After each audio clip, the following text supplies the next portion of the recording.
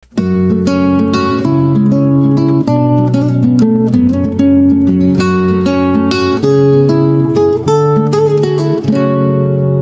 hujung pagi lebah terbang mencari madu di celah terang.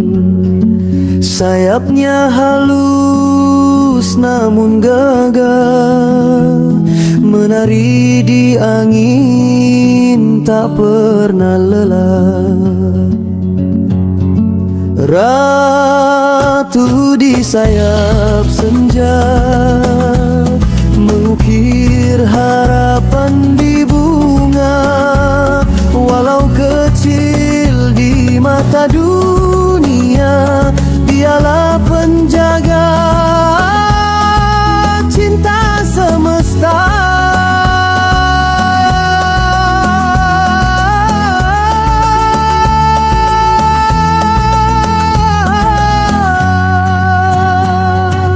Di balik sarang rahasia tersimpan, kerja berpasukan tiada keluhan.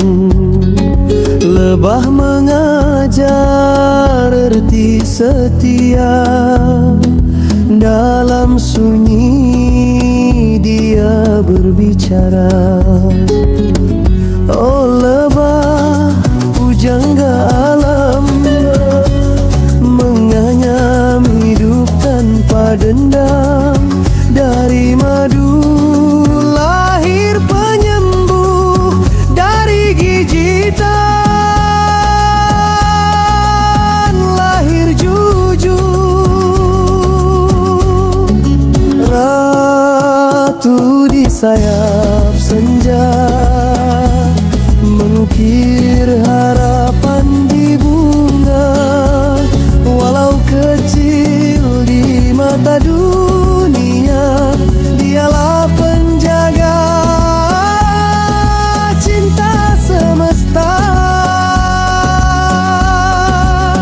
Dan bila senja memanggil pulang, lebah pun diam dalam tenang.